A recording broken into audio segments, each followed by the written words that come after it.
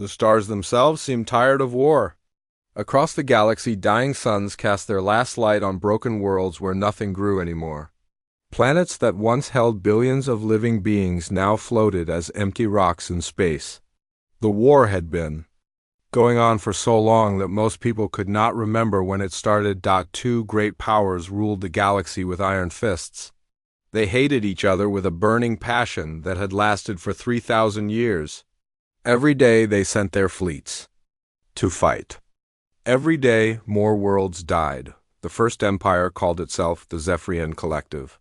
They looked like living crystals that could change shape and color.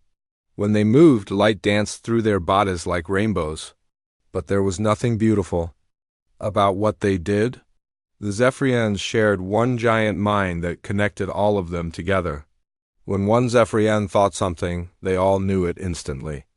This made them very good at working together, but it also made them cold and without mercy.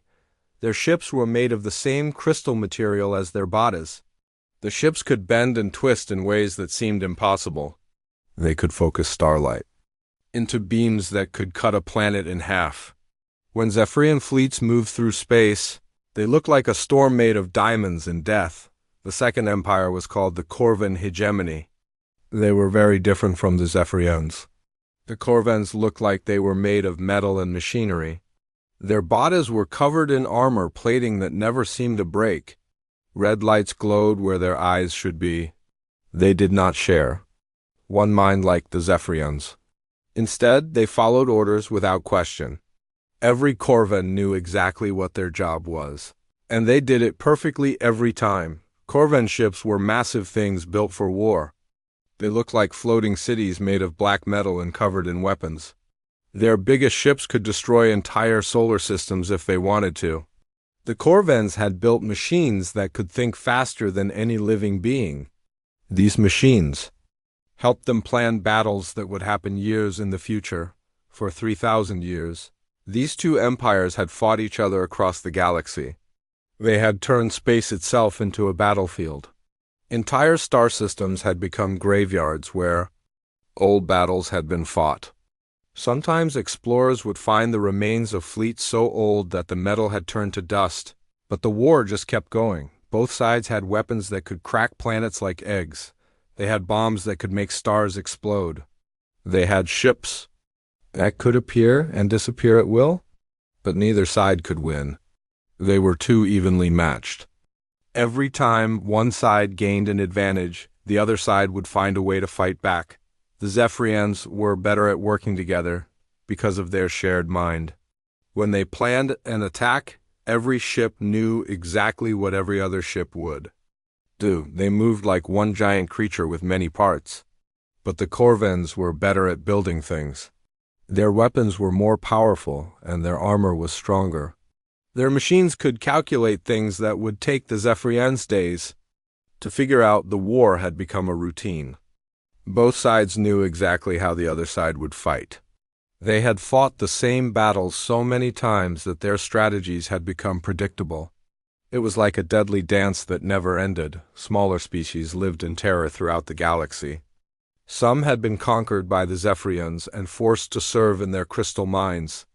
Others had been taken by the Corvans and turned into workers in their weapons factories. The lucky ones hid in the dark spaces between stars, hoping that neither empire would notice them. The Trilaxians had once been a proud people who loved art and music. Now they spent their days building Zephyrian warships, their songs silenced forever. The Bektari had been great explorers who mapped unknown worlds. Now they served as scouts for Corvan fleets, forced to help find new worlds to destroy. Many species had simply given up hope. They had heard stories of the time before the war, when different peoples could trade with each other and share knowledge. But those stories seemed like fairy tales now. The war was all they knew. Some smaller species tried to fight back. They built their own fleets and attempted to attack the two great empires, but it never worked. Their weapons were too weak, and their ships were too small. The Zephyrians and Corvans would destroy these rebellions without even slowing down their main war. The galaxy had become a place where only the strong survived, and the strong were always fighting each other. Entire civilizations had been wiped out simply because they were in the way when one empire attacked the other. Beautiful worlds that had taken millions of years to develop life were turned into burning rocks in a matter of hours. Both empires had forgotten why they started fighting in the first place. The original reason for the war had been lost to time. Now they fought simply because they had always been fighting. The war had become their entire purpose for existing. The Zephyrian collective believed that they were bringing order to the galaxy. They thought that if every living thing shared the same mind, there would be no more conflict. The Corvan hegemony believed that they were bringing efficiency to the galaxy. They thought that if everything was properly organized and controlled, there would be no more waste or chaos. Neither side could see that they had both become monsters. They had forgotten what they were originally trying to protect. The war had consumed everything good about both civilizations, leaving only hatred and the need to destroy their enemies. Far away from the main battlefields, in a quiet part of the galaxy that neither empire cared about, there was a small yellow star. Around this star orbited several planets, including one blue world covered mostly by water. This planet was called Earth by the people who lived there. The people of Earth called themselves humans. They were a young species that had only recently learned how to travel between the stars. Their ships were slow and clumsy compared to the great fleets of the Zephyrians and Corvans. Their weapons were simple, and their technology was primitive. Humans had no idea that a war had been raging across the galaxy for thousands of years. They had never seen a Zephyrian crystal ship or a Covan battle fortress. They knew nothing about the enslaved species or the destroyed worlds. To them, the galaxy seemed like a vast, empty place full of wonderful possibilities. Earth's people were still learning how to work together on their own world. They had different countries and different beliefs. Sometimes they fought small wars among themselves, but they were also capable of great kindness and cooperation when they needed to be. Humans were curious about everything. They asked questions about how things worked and why things happened. They told stories and made art and music. They dreamed of exploring the stars and meeting other people who lived on distant worlds. They had no idea that their small blue world was about to become the most important place in the galaxy. They did not know that their species, which seemed so weak and primitive, would soon change everything. The ancient war between the crystal beings and the metal warriors was about to encounter something neither side had planned for, something that would make all their careful strategies and powerful weapons suddenly seem less important. Humanity was about to enter the fight, and nothing in the galaxy would ever be the same again. Captain Sarah Chun had been staring at the star charts for 3 hours when the alarms started screaming. She jumped up from her chair on the bridge of the Earthship Endeavour and looked at the flashing red lights with confusion. In all her years of space travel, she had never seen alerts like these. "What's happening, Rodriguez?" She called to her sensor officer. Lieutenant Maria Rodriguez was bent over her console, her face pale. "Captain, I'm reading massive energy signatures ahead. Multiple contacts, all huge. They're fighting each other?" Sarah felt her stomach drop. The Endeavour was humanity's newest exploration ship, sent out to map unknown star systems and look for signs of other intelligent life. Finding a space battle was not what Earth's leaders had in mind when they approved this mission. "Put it on." "The main screen," Sarah ordered. The bridge's large display flickered to life, and everyone on the bridge gasped at the same time. In the space ahead of them, 2 fleets of alien ships were tearing each other apart. The ships were unlike anything humans had ever imagined. On one side were vessels that looked like they were made of living crystal. They twisted and bent as they moved, changing shape like water. Brilliant beams of light shot out from them, cutting through space with deadly precision. When the light hit something, it simply vanished in a flash of energy. On the other side were massive ships made of black metal. They looked like floating cities covered in weapons. Every few seconds they would fire salvos of projectiles that moved faster than anything the human eye could follow. When these projectiles hit their targets, explosions lit up space like new stars being born. My God, whispered Dr. James Park, the ship's science officer. Those weapons. They're using power levels that shouldn't be possible. Sarah watched in horror as one of the crystal ships focused its light beam on a small moon. The beam touched the surface for just a moment, and the entire moon cracked in half. Chunks of rock the size of mountains flew in all directions. "Captain," called out Communications Officer Lisa Wong. "I'm picking up signals from both fleets. The computer can't translate them, but the patterns suggest they're coordinating attacks." The battle was incredible and terrifying at the same time. Ships that were kilometers long moved like dancers, spinning and diving around each other. The crystal ships could appear and disappear in flashes of light, while the metal ships seemed to absorb damage that should have destroyed them completely. "We need to get out of here," said Commander Robert Taylor, Sarah's second in command. "We're not equipped for this kind of situation." Sarah nodded, but before she could give the order to retreat, something changed on the battlefield. One of the crystal ships had been hit by multiple attacks from the metal fleet.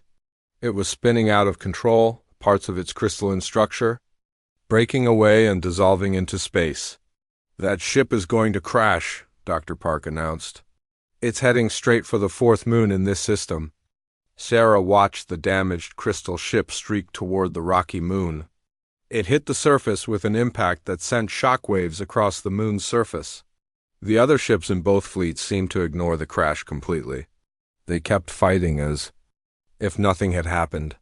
"There might be survivors," Sarah said quietly. Commander Taylor stared at her.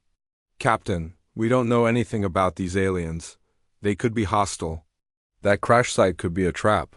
Or there could be someone down there who needs help," Sarah replied. She looked around at her crew. These were good people who had volunteered for this mission because they believed in exploring space and making peaceful contact with other species. "We became explorers to meet other intelligent life. Well, here it is." The crew of the Endeavour looked uncertain, but Sarah could see the curiosity in their eyes. They were scientists and explorers, not soldiers. The idea of walking away from the first contact with alien life went against everything they believed in. "Rodriguez, can you scan the crash site?" Sarah asked. "I'm trying, Captain, but there's a lot of interference from the battle. Wait. I'm getting something. There are definitely life signs down there. Faint but present." Sarah made her decision. "We're going to investigate. Taylor, take a security team and Dr. Park down to the surface. Use the shuttle. Keep your weapons ready, but don't shoot unless you're attacked first." The shuttle trip to the moon's surface took 20 minutes. As they flew through space, the crew could see the battle continuing in the distance. Every few minutes, another ship would explode or disappear in a flash of energy. It was clear that this was not a small skirmish but a major battle between two powerful forces. The crash site was impressive and sad at the same time. The crystal ship had carved a deep trench across the moon's surface when it hit. Pieces of the ship were scattered everywhere, some still glowing with internal light. The main part of the ship was buried halfway into a small crater. Dr. Park's scanners led them to a section of the ship that was still intact. Inside, they found something that would change human understanding of the universe forever. It was an alien being that looked like it was made of living crystal, but it was clearly hurt. Parts of its body were cracked, and the light inside it was dim and flickering. "It's alive," Dr. Park whispered. "Barely, but alive." The alien creature noticed them and tried to move. It made sounds that might have been words, but the humans couldn't understand them. Taylor kept his weapon ready, but the alien didn't seem threatening. It seemed more curious than afraid. Dr. Park approached slowly with his medical scanner. "Its life signs are very weak. I think it's dying." Sarah knelt down next to the alien being. She didn't know how to communicate with it, but she tried speaking in a calm, gentle voice. "We want to help you. Can you understand us?" The alien creature's internal light pulsed in what might have been a pattern. It reached out with one crystalline appendage and touched Sarah's hand. The moment they made contact, images flooded into Sarah's mind. She saw flashes of the war that had been raging across the galaxy. She saw worlds burning and species being enslaved. She saw the endless cycle of death and destruction that the crystal beings and metal warriors had been locked in for thousands of years. But most importantly, she saw something else. She saw hope. This alien being, despite being part of a collective mind that had fought this war for millennia, was amazed that an unknown species would risk themselves to help a stranger. In all its long existence, it had never encountered compassion from a species it had never met before. The creature tried to communicate more, and slowly Sarah began to understand. Its name was something like Resonance of Distant Stars, and it was trying to warn them. The war was spreading. Both fleets had detected the human ship, and they would investigate. Humanity's homeworld was in danger. "We have to get back to the ship," Sarah said urgently. "We need to contact Earth immediately." As they prepared to leave, Resonance of Distant Stars managed to give them one more gift. It transferred some of its knowledge to Dr. Park's computer, including basic translation programs and information about both warring species. Meanwhile, in space above them, the battle was ending. The metal ships had driven off the Crystal Fleet, but both sides had noticed something unusual. Long-range sensors had detected the human ship and its primitive but unknown technology. In the command center of the largest metal ship, War Prime Thax studied the sensor readings with interest. The ship was clearly from a species they had never encountered before. Its technology was far inferior to both the Zephyrians and Corvans, but it was also completely unfamiliar. "Unknown variables are dangerous," Thax said to its subordinates. "We must determine if this new species is a threat to our operations. Send scout ships to track them back to their point of origin." At the same time, the surviving Zephyrian ships were having a similar discussion through their shared consciousness. They too had detected the human vessel and were curious about its origins. Any new element in their ancient war needed to be investigated and either incorporated or eliminated. Sarah and her team returned to the Endeavour with their injured alien passenger and headed back toward Earth at maximum speed.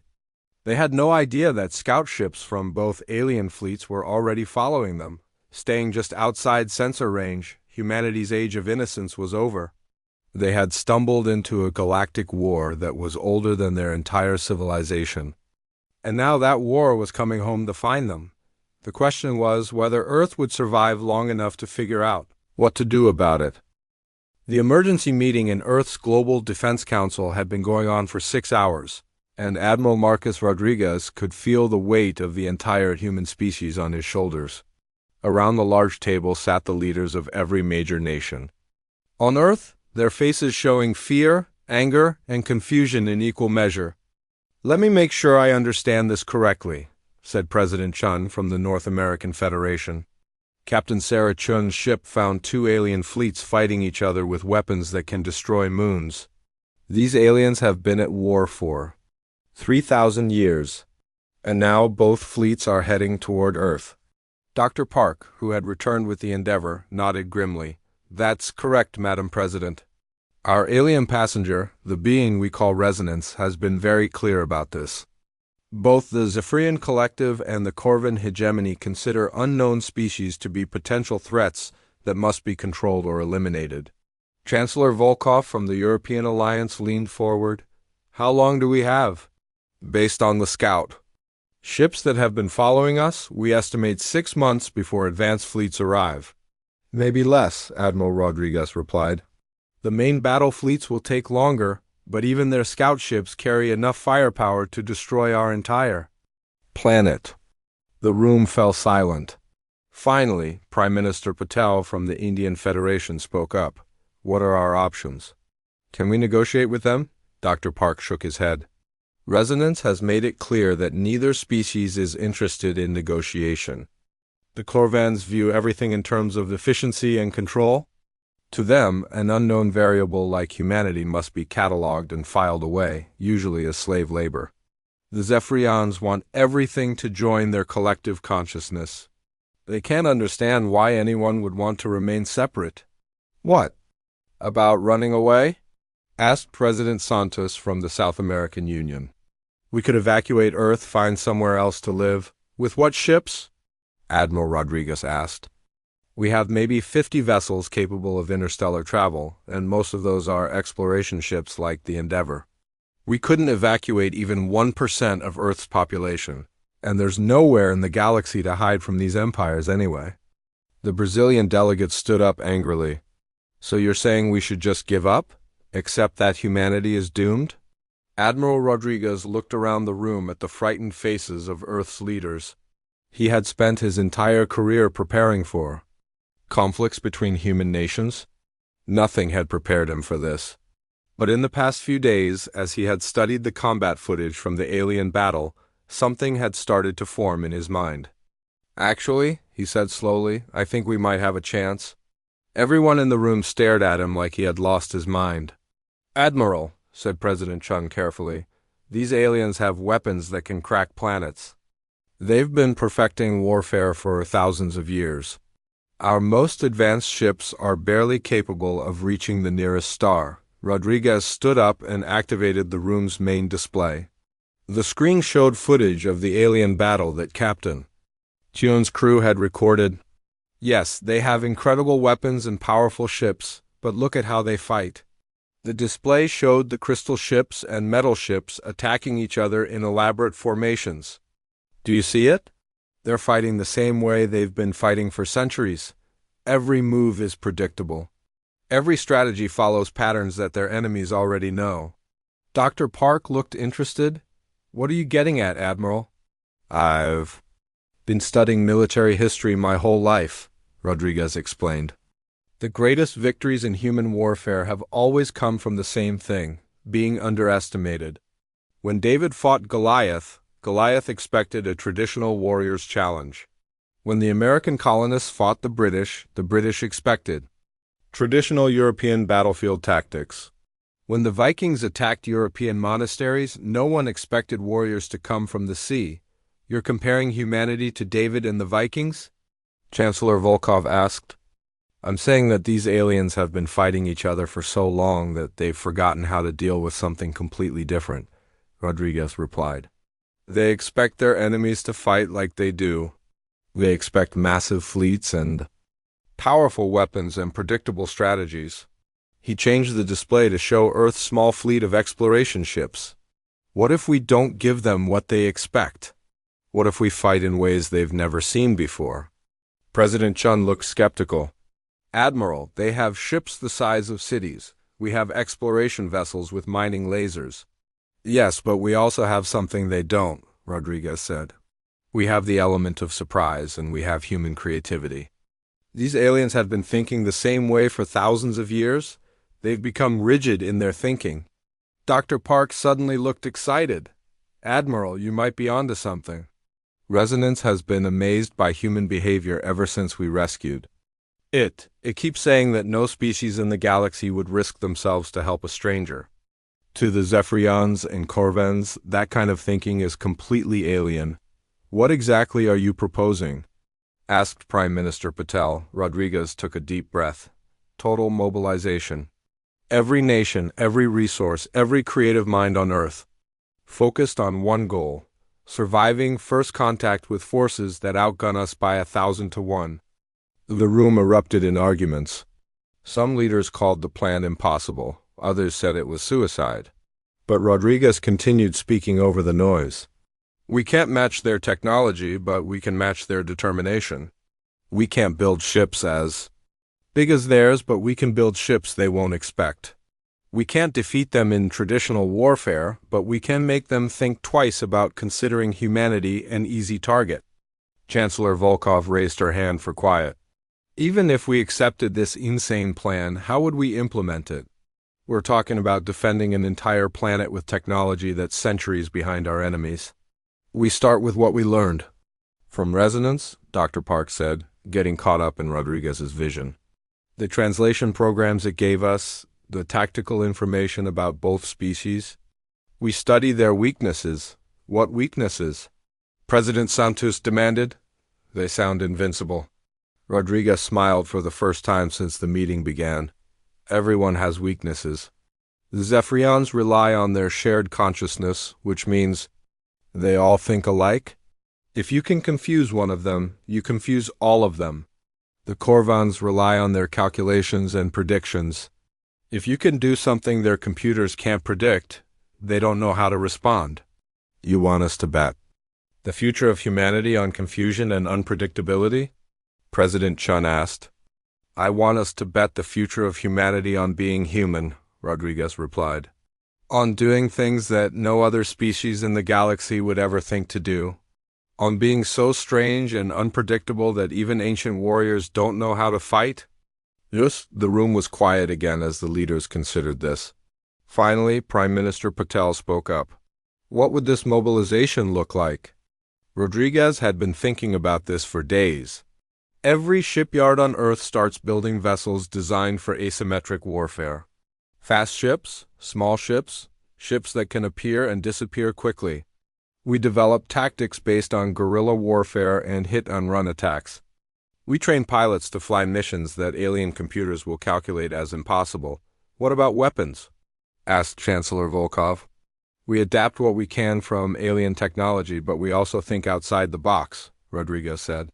These aliens have been fighting each other for so long that they probably have defenses against every type of weapon they know about. But they might not have defenses against weapons they've never seen before. Dr. Park was taking notes frantically. We could also work on psychological warfare. From what Resonance has told us, neither species has ever encountered genuine guerrilla tactics. They might not know how to respond to enemies who don't follow traditional military doctrine. This is all very theoretical, President Santos pointed out. What happens when their advance scouts arrive? Do we attack them immediately? Rodriguez shook his head. We let them scan us. We let them report back that humanity is a primitive species with weak technology and small ships. We want them to underestimate us completely. And then? Then we show them that being underestimated is the most dangerous thing that can happen to you in a war. Rodriguez said grimly. The debate continued for hours, but gradually the leaders began to see the logic in Rodriguez's plan. It was desperate and dangerous, but it was better than surrender or extinction. By the end of the meeting, Earth's leaders had agreed to something unprecedented in human history: total global cooperation in the face of an external threat. Every nation would contribute resources. Every scientist would work on the project. Every person on Earth would become part of humanity's defense. As the meeting ended and the leaders prepared to return to their countries to begin the mobilization, Rodriguez looked up at the stars through the conference room's windows. Somewhere out there, alien fleets were preparing to add humanity to their long list of conquered species. They had no idea what they were about to encounter. Humanity was about to show the galaxy what happened when you underestimated a species that had never learned to accept the impossible as an answer. War Prime Thax studied the sensor readings from the third planet of the small yellow star with something that might have been amusement. The reports from the advanced scouts had been exactly what it expected. The new species called themselves humans, and they were pathetically weak. Primitive chemical rockets, basic energy weapons, and a few dozen ships that barely qualify as space-worthy, reported Scout Commander Vex. Their largest vessel is smaller than our fighters. Their weapons couldn't damage our armor plating if they fired for 100 years. Thax nodded with satisfaction. Another species to be cataloged and processed. How long until our main fleet arrives? 6 planetary rotations, War Prime. Shall I order the advanced scouts to begin orbital bombardment? Negative.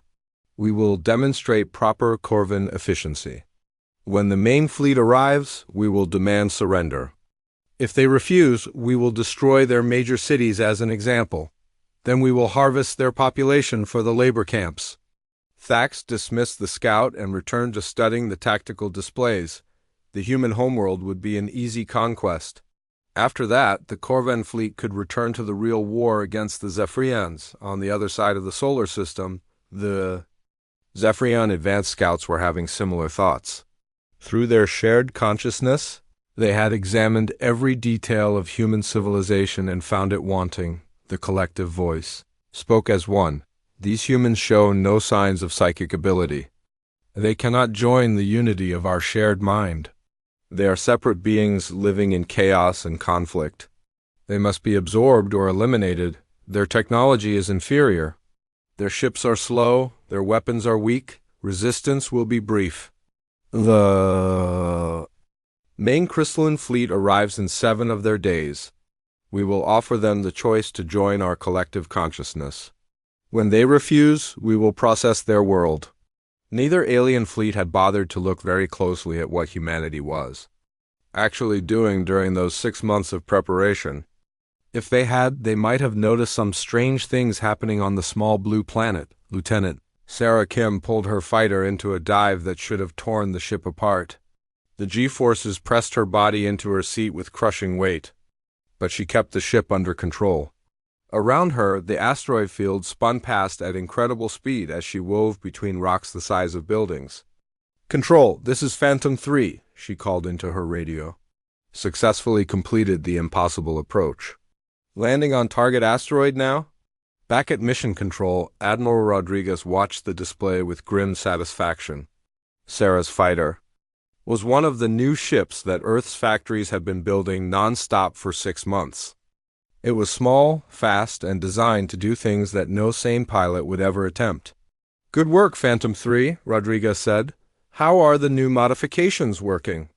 "The ship handles like a dream, sir. The alien crystal technology we borrowed from Resonance makes the engines much more responsive.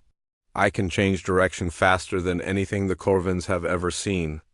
Rodriguez smiled. Dr. Park and his team had done incredible work, reverse engineering pieces of technology from their Zephyrian guest. They couldn't match alien firepower, but they had learned to build ships that moved in ways no one expected. "Return to base, Lieutenant. We have more training runs scheduled." Over the past 6 months, Earth had transformed itself into something the galaxy had never seen before. Every major nation had contributed to building a fleet of small, fast ships that could appear and disappear without warning. But more importantly, they had trained pilots to use tactics that no alien computer could predict. Human pilots practiced ramming attacks at full speed, betting their lives that they could hit their targets and escape at the last second. They learned to hide inside asteroid fields and attack from ambush. They studied how to make their ships look damaged or helpless while secretly preparing devastating counter-attacks. Dr. Park had spent months working with Resonance to understand how the alien species thought and fought. What he learned had changed everything about human strategy. "The key insight," he explained to Rodriguez during one of their planning sessions, "is that both species have become completely predictable. The Zephyrians always attack in coordinated formations because their shared mind makes them think alike. The Corvins always follow the tactics that their computers calculate as most efficient. And that's their weakness? That's their weakness. Neither species has faced an enemy that fights without any pattern or logic. When human pilots do something that has a 90% chance of getting them killed, alien computers assume it must be an accident or a malfunction." Rodriguez had taken this information and used it to develop the most unconventional military doctrine in human history. Human ships would never fight fair. They would never attack when the enemy expected it. They would never retreat when retreat was logical. Most importantly, they would never act like they were afraid, even when they were terrified. The first test of this doctrine came when the Coven advanced scouts decided to send a single ship down to the planet's surface for closer examination. The ship was massive compared to anything humans had built, but it was also alone and overconfident. Commander Lisa Park led the attack in her fighter squadron. Her ships approached the Corvan vessel from 6 different directions, flying so low to the ground that their engines kicked up dust storms. To Corvan sensors, they looked like primitive aircraft making desperate attacks. "Remember," Lisa called to her pilots, "let them scan us first. We want them to think we're harmless." The Corvan ship did exactly what she expected. It ignored the approaching human fighters because its computers calculated that their weapons couldn't penetrate Corvan armor. This was correct, but it wasn't what the humans were planning to do. Instead of attacking the ship directly, Lisa's squadron attacked the ground underneath it. Their weapons focused on a massive dam that held back millions of tons of water from a mountain lake. The dam had been weakened in advance by human engineers. When the dam collapsed, the flood that followed caught the Corvan ship completely by surprise. The aliens had never encountered enemies who would destroy their own infrastructure just to damage an enemy ship. The massive vessel was swept away by the rushing water and crashed into a mountain. The Corvan crew survived the crash, but they were stranded on the planet's surface. More importantly, they were confused and frightened for the first time in centuries. They had never fought an enemy that attacked in such an illogical way. Similar incidents happened across the solar system as both alien fleets prepared for what they thought would be an easy conquest. Human ships appeared where no ships should be able to go. Human pilots survived attacks that should have killed them. Human tactics worked even though they made no logical sense. But the real shock came when the main alien fleets finally arrived. Both the Corvan and Zephyrian battle groups arrived at the edge of Earth's solar system on the same day. Each fleet was massive beyond human comprehension. Hundreds of ships, each one capable of destroying planets. Weapons that could turn stars into supernovas. Shields that could deflect anything humanity could throw at them. War Prime, Thax, and the Zephyrian collective consciousness both expected to find a primitive species cowering in fear on their small blue planet. Instead, they found something that made no sense at all. Earth was gone, not destroyed, not conquered, but simply not where it was supposed to be. The third planet from the yellow star had vanished completely, leaving only empty space where it should have been. "This is impossible," Thax said to its subordinates. "Planets do not simply disappear. Our sensors must be malfunctioning." But the sensors were working perfectly. Earth had indeed vanished. Along with its moon and every human ship in the solar system, the truth was both simpler and more complex than either alien fleet could understand. Dr. Park and his team had spent months studying Zephyrian technology, particularly their ability to bend space and light. They had learned to create a massive illusion that hid Earth from alien sensors. The planet was still exactly where it had always been, but it was invisible to both alien fleets. To Corvan computers and Zephyrian collective consciousness, it simply didn't exist. While both alien fleets searched the solar system in confusion, looking for a planet that was right in front of them, humanity prepared for the next phase of their plan. They had successfully made themselves appear weak and primitive. They had successfully confused and frightened their enemies. Now came the hard part. Now they had to prove that being underestimated was the most dangerous thing that could happen to you in a war. From her command ship hidden behind Earth's moon, Admiral Rodriguez watched the alien fleet spread out across the solar system.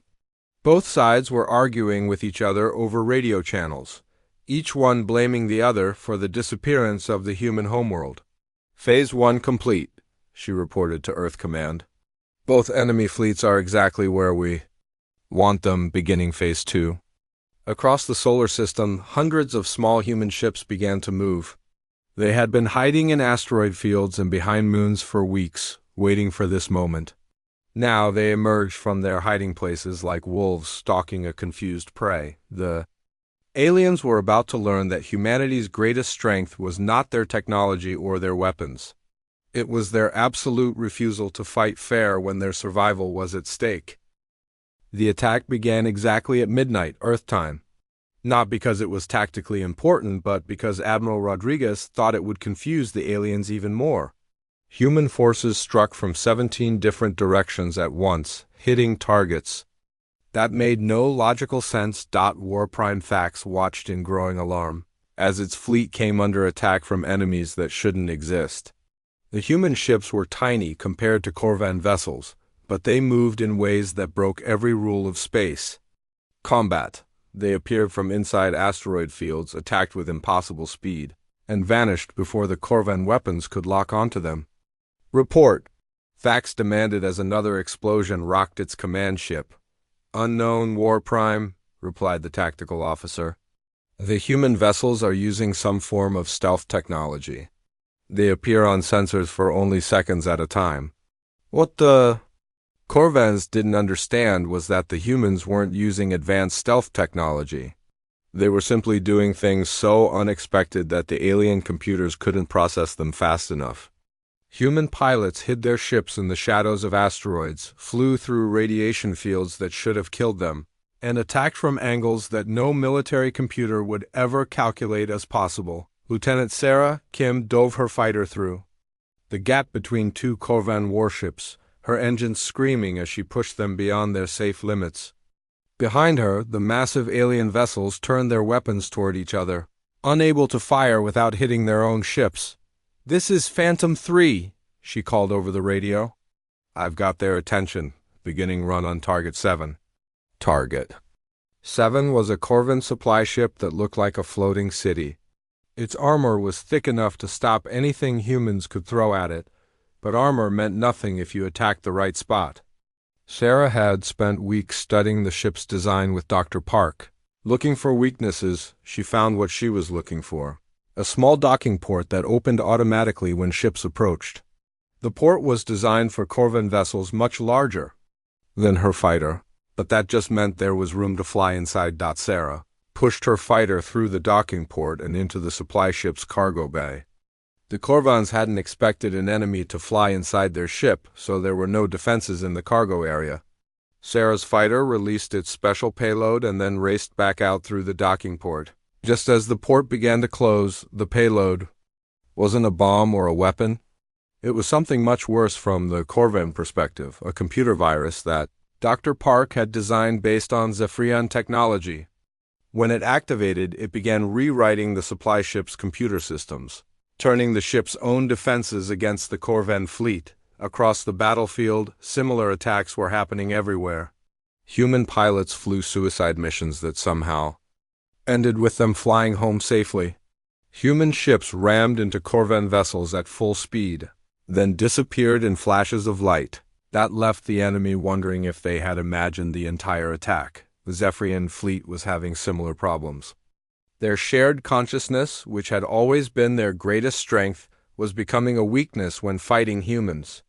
Every time a human pilot did something completely unexpected, the shock rippled through the entire Zephyrian collective. "The small mind creatures do not follow patterns," the collective voice said in confusion. "They make choices that lead to destruction, yet they survive. They attack when retreat is logical. They retreat when victory is possible. We cannot predict their actions." Commander Lisa Park was leading an attack on a Zephyrian crystal ship when she made a decision that would be remembered in military academies for centuries. Instead of attacking the ship's weapons or engines, she ordered her squadron to attack its communication arrays. The Zephyrians relied on constant communication with their collective consciousness. When Lisa's attack cut off the crystal ship from the collective mind, something unprecedented happened. The individual Zephyrians on the ship began to think for themselves for the first time in their lives. The result was chaos. Without the collective consciousness to guide them, the individual Zephyrians didn't know how to coordinate their actions. The ship began firing randomly in all directions, hitting both human ships and Corvan vessels with equal enthusiasm. But the real breakthrough came when Dr. Park activated the second phase of humanity's plan. From hidden transmitters scattered throughout the solar system, he began broadcasting a simple message in dozens of alien languages. "This is Earth calling, all enslaved species. We are humans, and we are here to show you that the ancient empires can be defeated. Rise up, fight back, you are not alone anymore." The message reached hundreds of planets where enslaved species had served the Zephyrians and Corvans for thousands of years.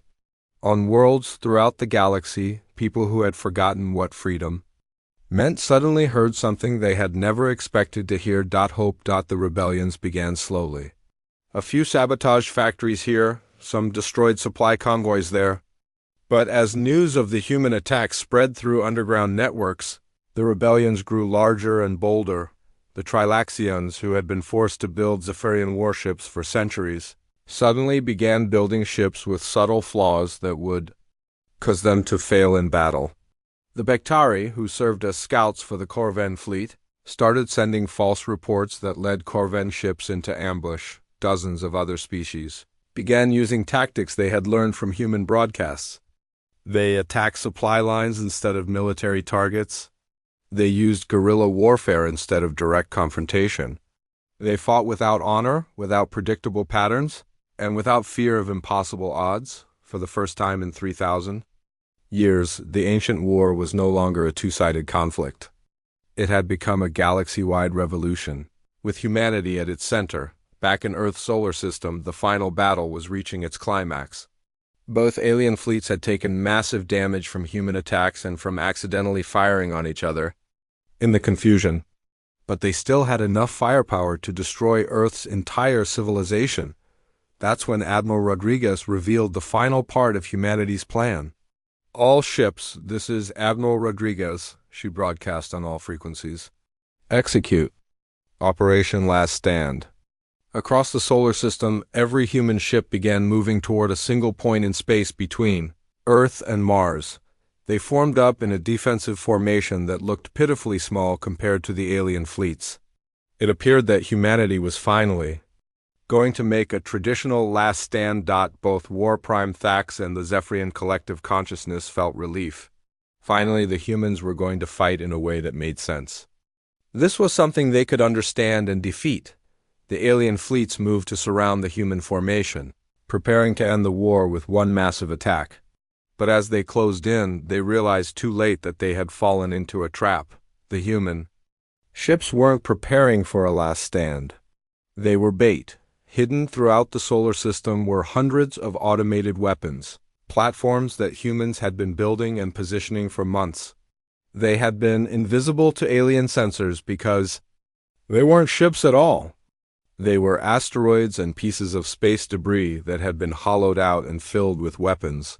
When the alien fleets moved to attack the human formation, they flew directly into the middle of this hidden weapons grid. Suddenly attacks came from every direction at once. Asteroids that had been floating peacefully for millions of years opened up to reveal missile launchers. Space debris that looked harmless turned out to be disguised bomb platforms. The alien fleets found themselves trapped in a crossfire that came from everywhere and nowhere. They tried to retreat, but human ships appeared behind them, cutting off their escape routes. They tried to coordinate their defenses, but human computer viruses had infected many of their systems for the first time in their long lives. War Prime Thax and the Zephyrian collective consciousness experienced something they had never felt before. Defeat. As alien ships began surrendering or fleeing the solar system, Admiral Rodriguez opened a communication channel to both fleets. "This is Admiral Rodriguez of the Earth Defense Force," she said in a calm, professional voice. "You came here expecting to find a primitive species that would surrender or be easily conquered. Instead, you found something that your ancient war never prepared you for. You found a species that refuses to accept the impossible." She paused, looking at the tactical display that showed human ships shepherding alien survivors toward designated zones. "The galaxy has been at war for 3,000 years because you both forgot what you were originally fighting for. You became so focused on destroying each other that you forgot about protecting the people you claim to serve. We're here to remind you that there's another way." The final message was broadcast not just to the alien fleets, but to every inhabited world in the galaxy. "This is Earth calling all free peoples and all enslaved peoples. The ancient war is over. A new age begins today. Any species that wants to live in peace is welcome to join us. Any species that wants to continue the old ways of conquest and slavery will find that the galaxy is no longer willing to tolerate them." 3 months later, representatives from over 200 species gathered in Earth's orbit for the first Galactic Peace Conference. The Zephyrians and Corvans, their fleets, crippled and their empires in rebellion, had no choice but to participate.